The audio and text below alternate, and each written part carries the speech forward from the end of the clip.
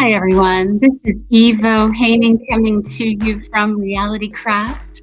I'm going to give you a little bit of a tour today of our space and a little bit about what we are up to here in the design lab.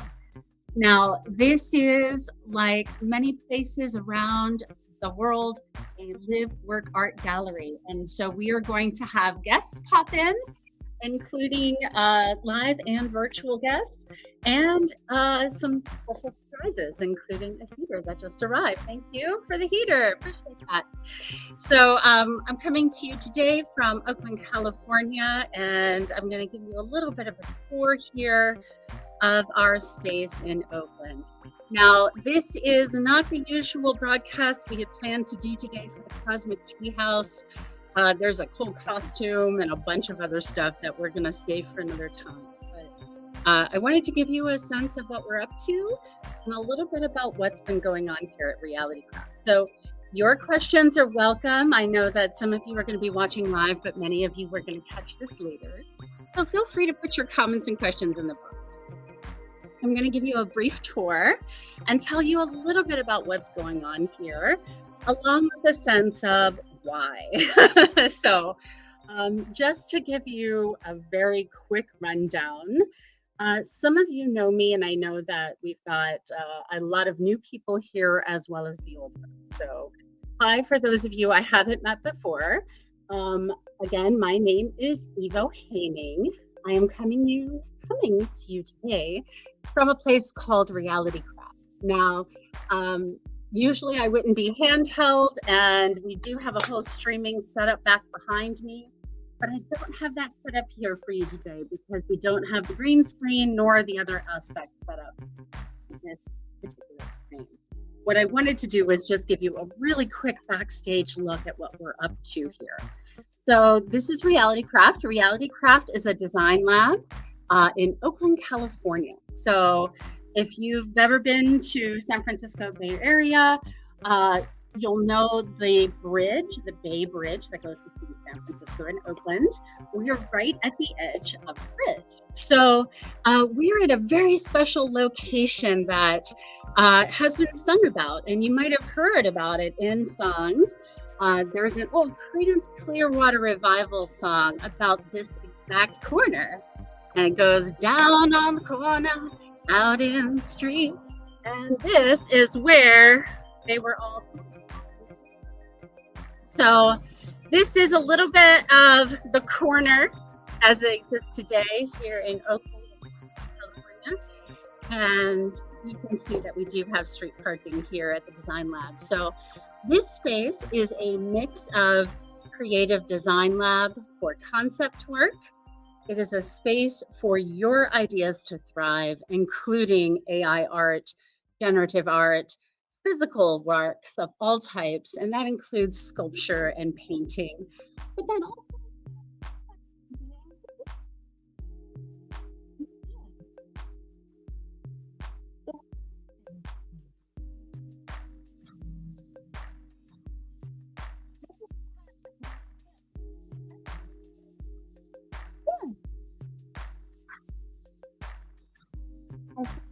here and seems to have certain superpowers. So if you've ever hung out with a deaf cat, you will know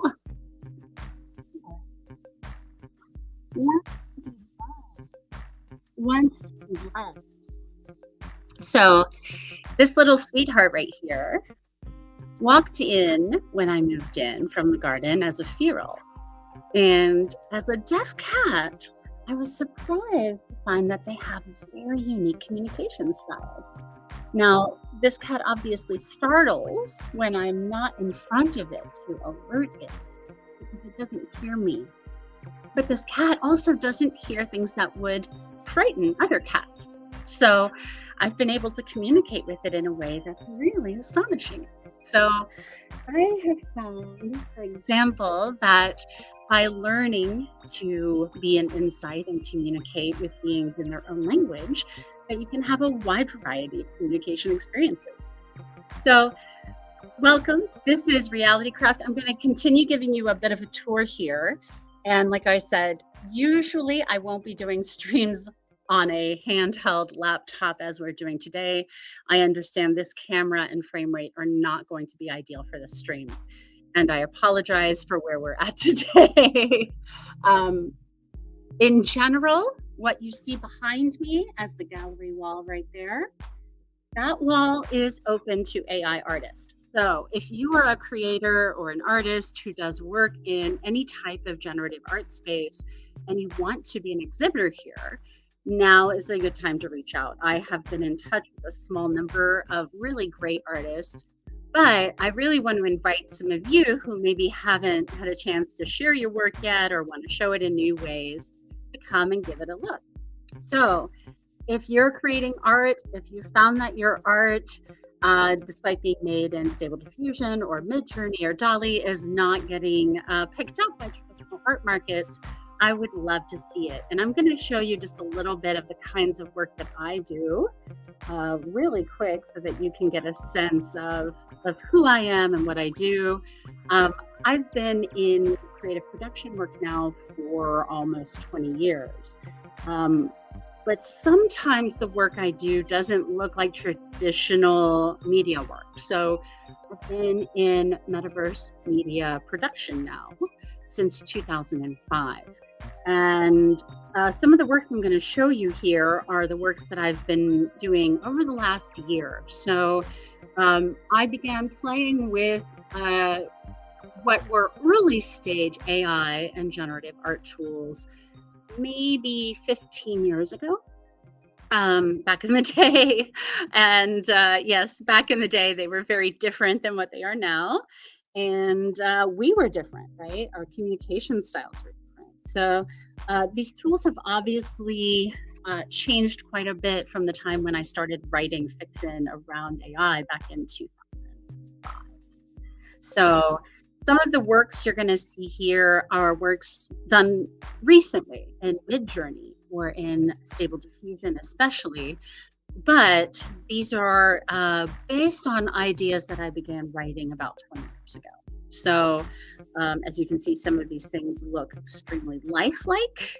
Other things are more conceptual, character-driven, maybe looking at different styles of art.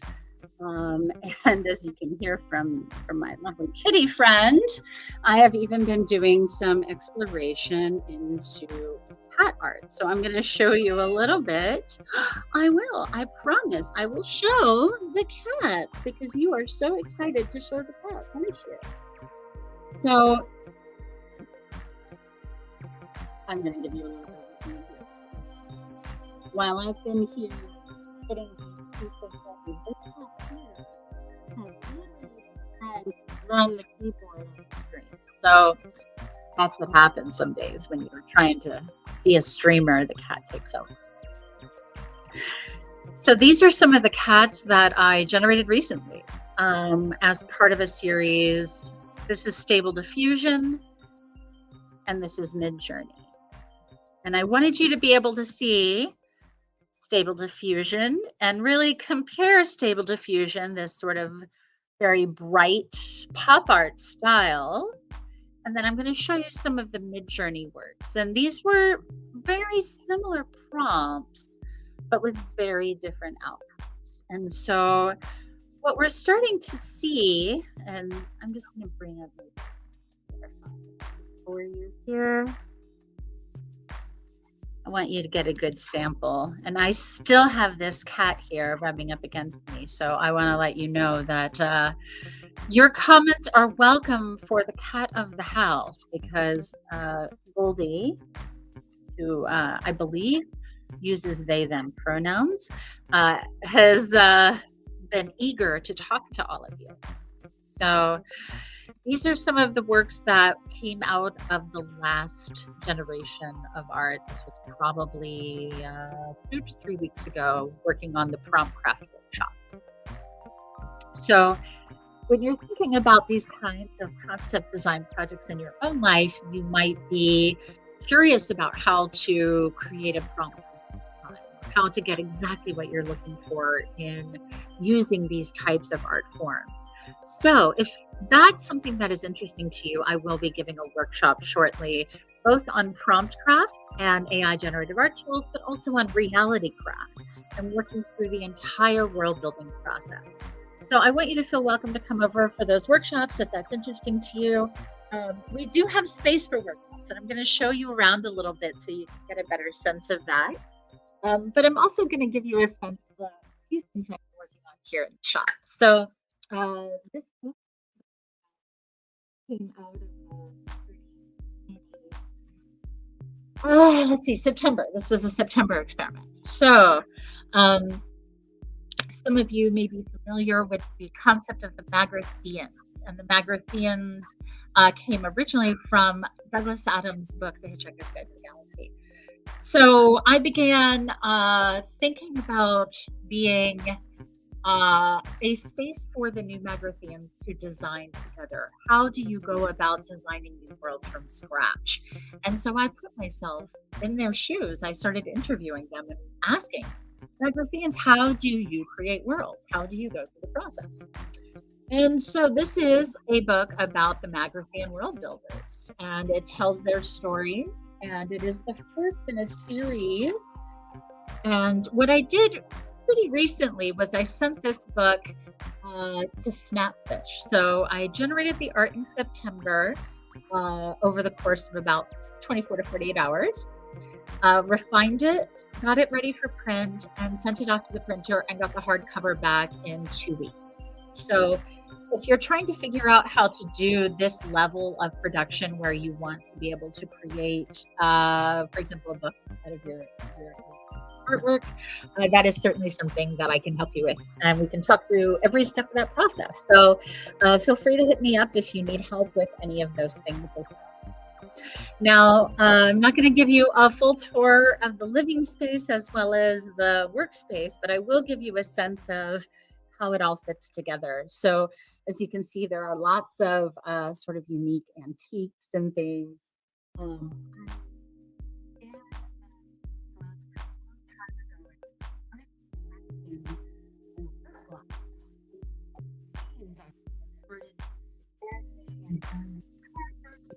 Art, and recently I discovered that I still really experiment with glass art because this is for the Metaverse Media Maker for a 3D artist to manage. So I've been looking at challenges of various kinds of art.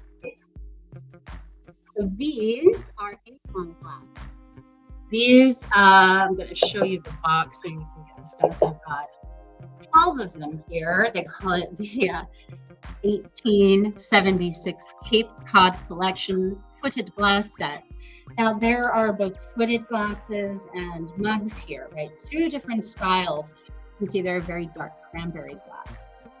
Now, glass is one of the hardest things if you're trying to do 3D scans and bring things into a metaverse world.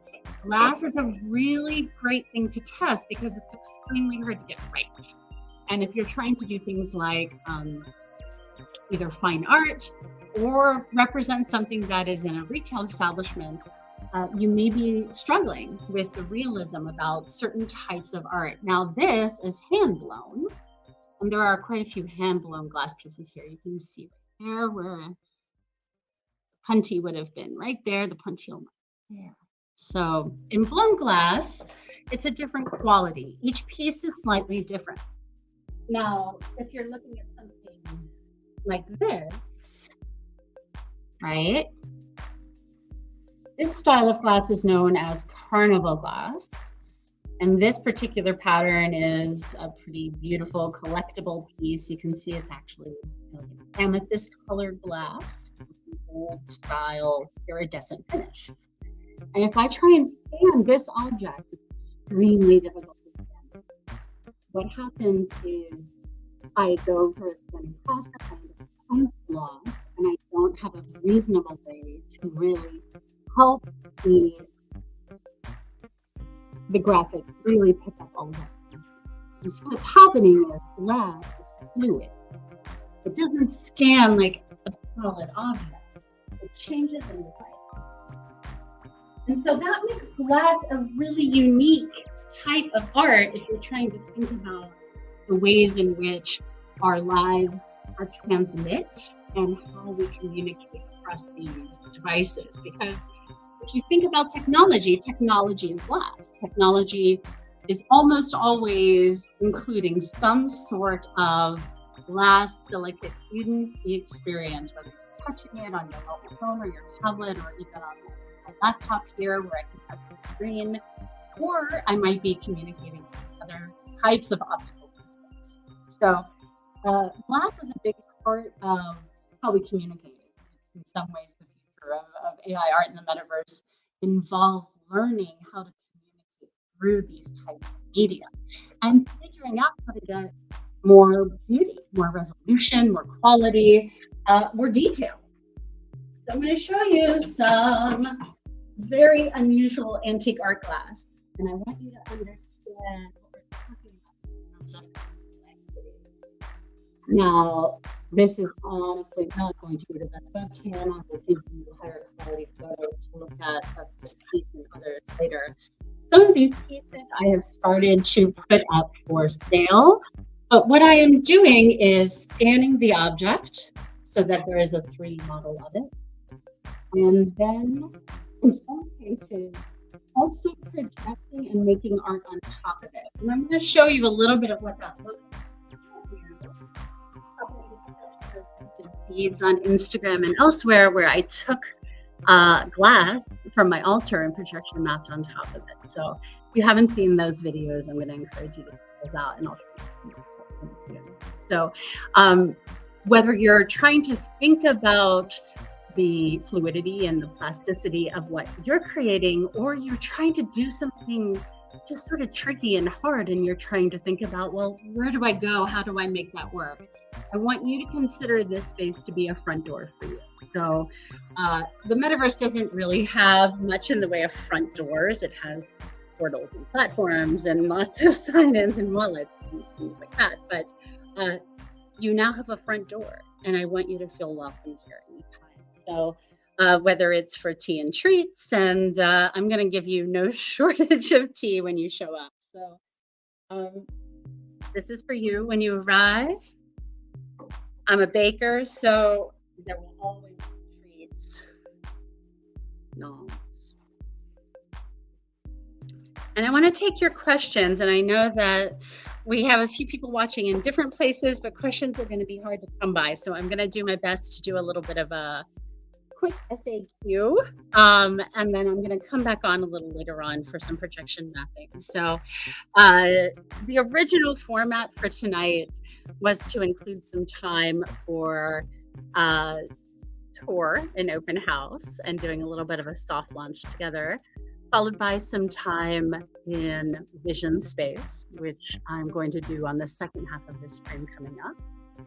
And then we're going to talk a little bit about how to build worlds and what that process looks like and how you can start, whether it's thinking about the kinds of worlds you want to create, what are the communities and the cultures you want to echo, and how does that fit in with the broader framework of who you are and maybe what you're trying to do in the world. So we're going to think a little bit about ourselves as the broadcast antenna, right? We're going to think about those seeds, right? What is the seed that we're trying to get out there? How does it grow? What does it create, right? What are the messages we're transmitting? And how does that get out into the world? And then we really want to think about the bigger effects, right? What is that concept and where does that take us? So I'm happy to talk to you, whether it's technology, concept and creative, business strategy, or personal visionary work, creative work, fun work, the things that light you up. All of that has space here, but I want to make sure that we open the floor and give you plenty of time to do that. So If you are thinking about booking time, I'm going to give you the URL here. And this is something we're going to do in every stream. I'm going to do my best to start streaming a few days a week, both morning and night. The morning time streams are going to be called rainbow time. And there's a really good reason for that. My morning light, which comes in from the front door, is all rainbows through these windows. So if you come into the design lab in the morning, you will find yourself on a sunny day just showered in a spectrum of light. So mornings, it's going to be pretty early in the morning, I will say. In the first few hours of the day, it's rainbow time between 9 and 10 in the morning. And then if you're looking to book a whole session here at Realitycraft, we have a couple of different options. There is a half day and a 1 day get started. Those are for concept design, and that can be any type of strategy work. It can be metaverse or AR, VR, XR, or media content creation, interactivity, immersive, out in the world, new programming, new concepts of all types. Now, if you need something longer, if your team needs to come here for a series of days to work on something together, we do offer a 1 week big World Builders package. Now, I can come to you, I can help facilitate your team and make that happen live where you are, or you can come to me, and that's an option here. Now, putting away the spooky All Saints Day Halloween decor, the rest of this space comes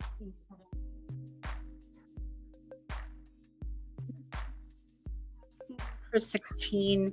So if you need to do a small creative workshop with your team, or you just need a space that's going to get them out of their heads and maybe doing something different for a day, that is an opportunity here as well.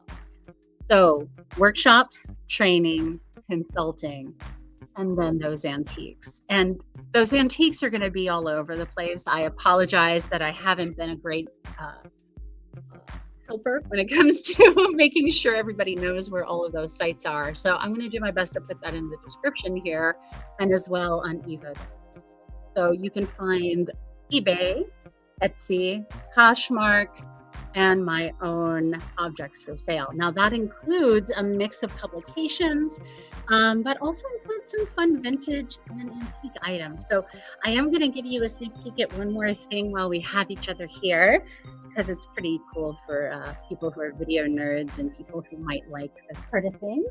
I'm going to do a separate video soon on how to do the sort of deep find when it comes to antiques and the sort of really rare objects. And there's a few objects around here.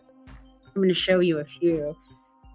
This, for example, is an atomizer in an Asian box with tassels. So you can see it's got a bit of on the atomizer.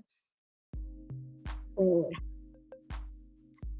If anyone knows who makes troll perfume, I would love to know, because I have yet to figure this one out. It's one of those unusual mysteries.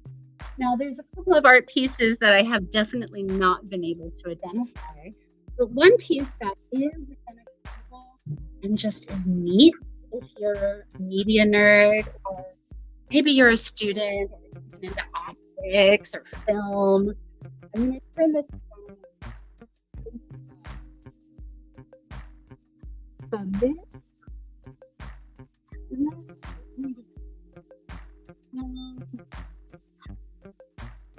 what here is the Besby Ediscope.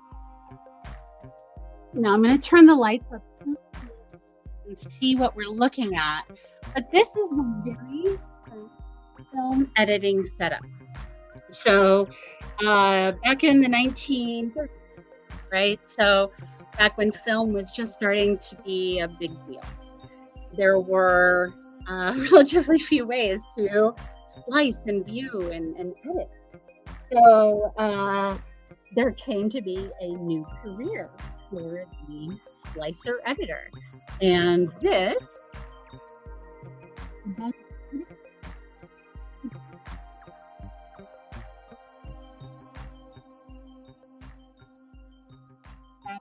so the Ediscope is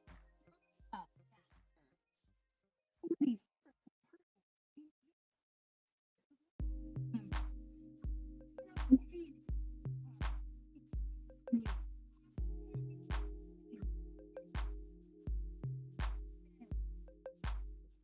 this or 8mm film.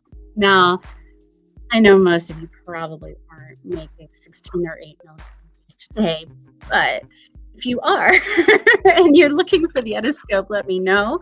It's one of those products that's going to be up on evo.ist. It's also, I believe, going to go up for auction. So if that's something that serves your museum or school, there's a wide variety of ways that we can potentially help you out, even if it's just coming to show students what this looks like. I want to give your students and your people an opportunity to get hands-on with the craft of making worlds. So much of what goes into making a world come to life is in the detail. And if you don't understand like how to describe a detail, it's very challenging. And obviously, we've lost some of the details along the way, but some of us still treasure that which is physical. So I do pick up a lot of things at auction, including an old Kennedy rocking chair from the 1960s, a leather rocker that I really like sitting in. That was made by the guy who made John F. Kennedy's rocker. And it had little quotes, little things stuffed inside of it from the 60s. Or maybe from the 70s. This one says, "We cannot prosper when democracy is under siege."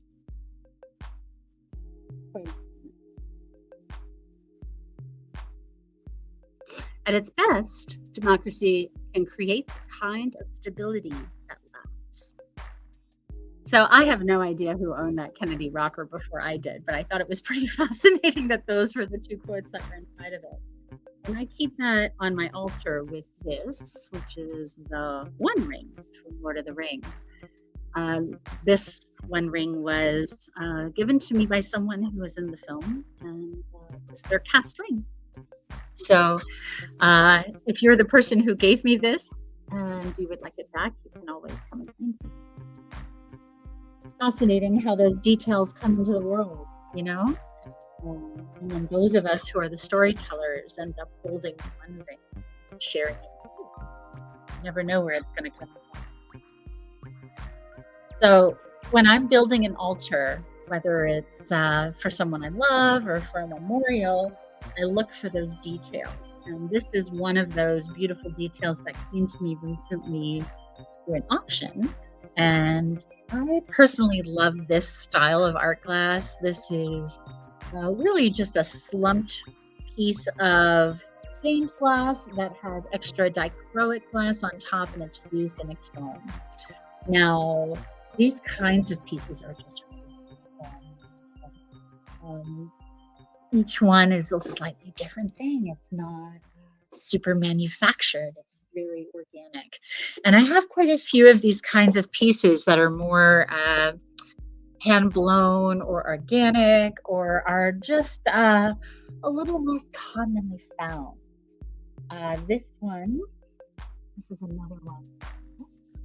This is from a private person, but you can see there, hand blown, and it has beautiful little details on it.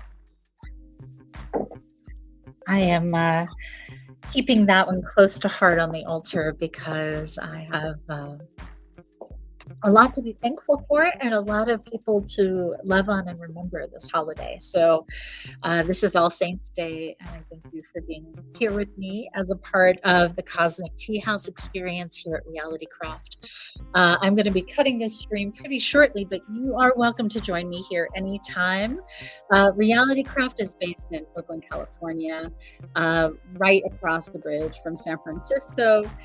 We are very close to the Emeryville train station. If you are trying to take the BART or the Amtrak, I can come and grab you. It's very close to Pixar as well, if you're familiar with the area. And if you're trying to find more information on who I am and what I do, all of that is available at evo.ist. I'm going to give more sort of steady streams, not this sort of walk around soft launch tour. But today, as some people were sick and we couldn't have people physically in the space, I wanted to give you a little bit of background on what we've been up to. And a little bit of fun, you know, it's pretty rare that we get a chance to hang out, and so sometimes I am going to just make sure that the comments are all together. Thank you for joining me, and thank you for being a part of this. If I can any way, whether it's DIY, weird, I'm going to show you these bizarre things I'm about to put on my ceiling. Now this is creative reuse. These are recycled paper. See on the back. I grabbed a dozen of them on Amazon. Not my favorite website to buy from, but you know, sometimes it's the place that has a thing. And these a big, beautiful wall frame. I painted with silver, black, and gold. Silver, or metallic kind of looks. So the goal there being really to help fill in walls, because I've got these beautiful gallery walls on the other side. Some of my favorite art from Christina McAllister, for example. There may have been books around as well. And I really love hanging art for my friends, but sometimes I also just need something completely not a piece of art, not something in a frame, not even a sculpture. Some of the art here,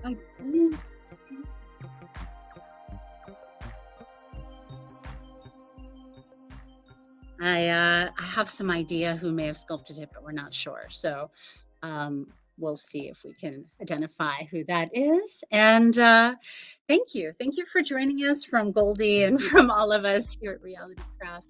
If I can support you in any way, just reach out and let me know. I promise I won't continue to use the laptop, and we'll put a camera on a tripod when we do streams and interviews in the future. But wanted to walk around with you today and get a sense of what things look like here. So yeah, enjoy, and thanks for stopping by.